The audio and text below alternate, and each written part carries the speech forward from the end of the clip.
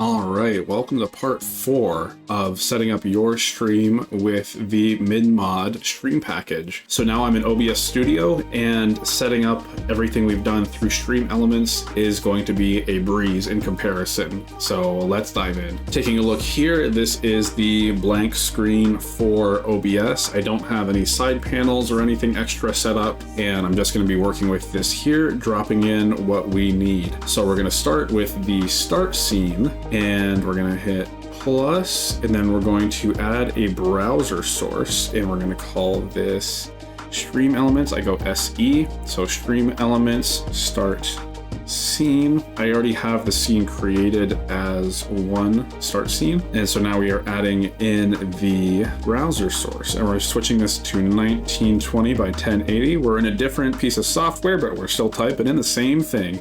So we're doing that for the resolution because we're going full screen. That's how we set everything up before. And now we are going to grab the start scene. So now I'm over here in StreamElements under the My Overlays tab. You see we have all of the overlays that we have created here. In the bottom left corner of each panel, you're going to see the 3 dots. If you click on that, copy URL. We move on back, we're gonna drop that URL right here and then hit OK.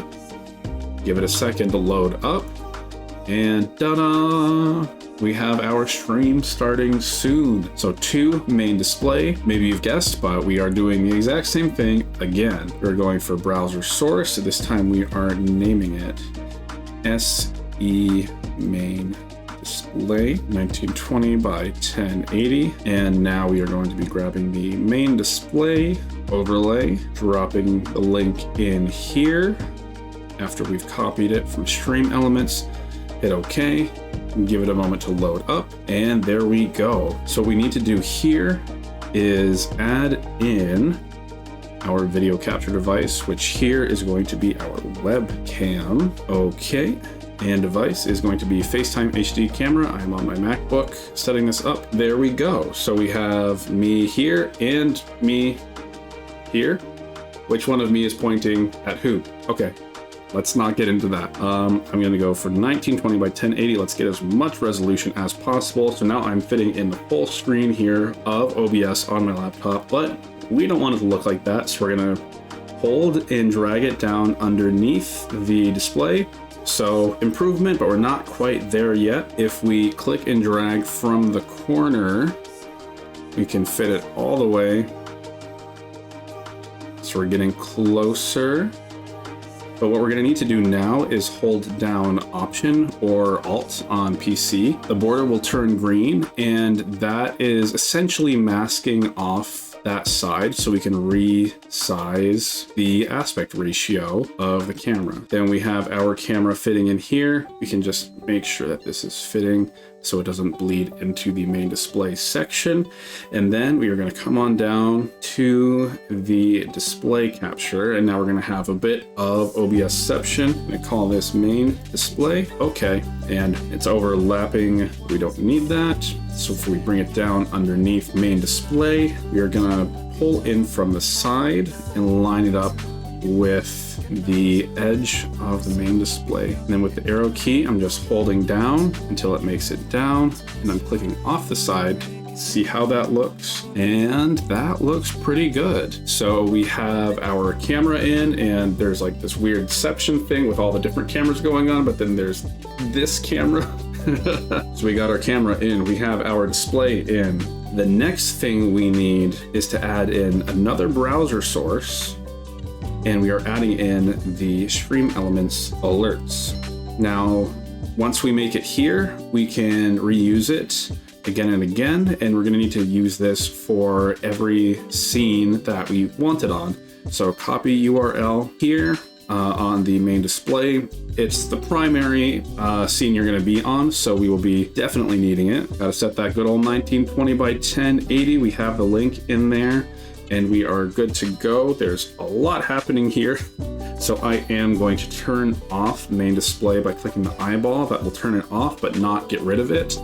There we go. It's a little bit simpler. And by default, even with the alerts up top, you're not going to see anything unless an alert is triggered. So if I come over here, I'm going to trigger a follower event. And just like that, it pops up in OBS.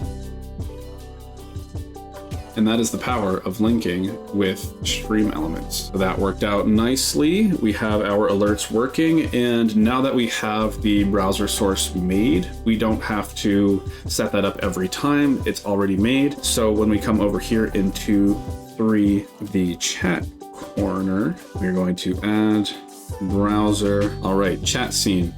Over in StreamElements, copy URL, drop it in 1920, 1080. We'll give it a moment. It loads in. We are looking pretty good there. If we hit plus, we're also going to do browser source, but instead of creating new, we are going to add existing.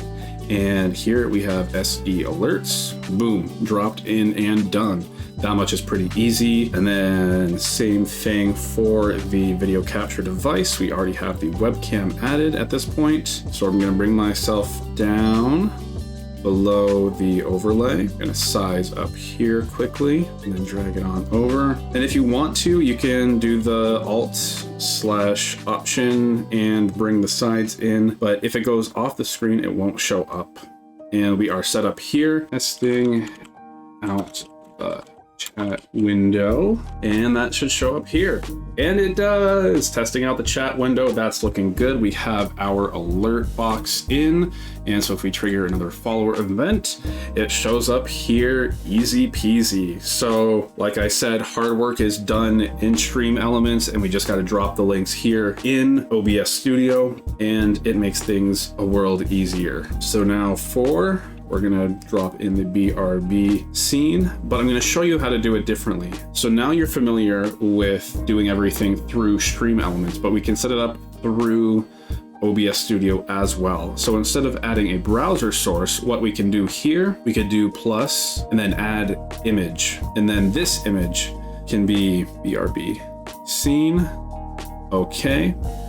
And then we will browse. So right on OBS, I'm going to drop in the BRB PNG, the same that we put on StreamElements. I'm going to open that up. Now OBS, instead of using a link and pulling from the overlay that we have in our StreamElements library, it's now pulling directly from the file source that is saved on the computer. That's pretty good if you keep everything saved in a folder that is not going to get moved, that's not going to get accidentally deleted. But if you accidentally move something or delete it, OBS won't be able to find it, and you'll accidentally have missing files. Things could get messy. Setting up in StreamElements, you're saving everything there in the cloud. You're putting in a link. You don't have to worry about accidentally placing your files somewhere else or deleting them. Think about how organized you are and take that into consideration. So if we do that simply here in scene, we can copy what we did, come in here,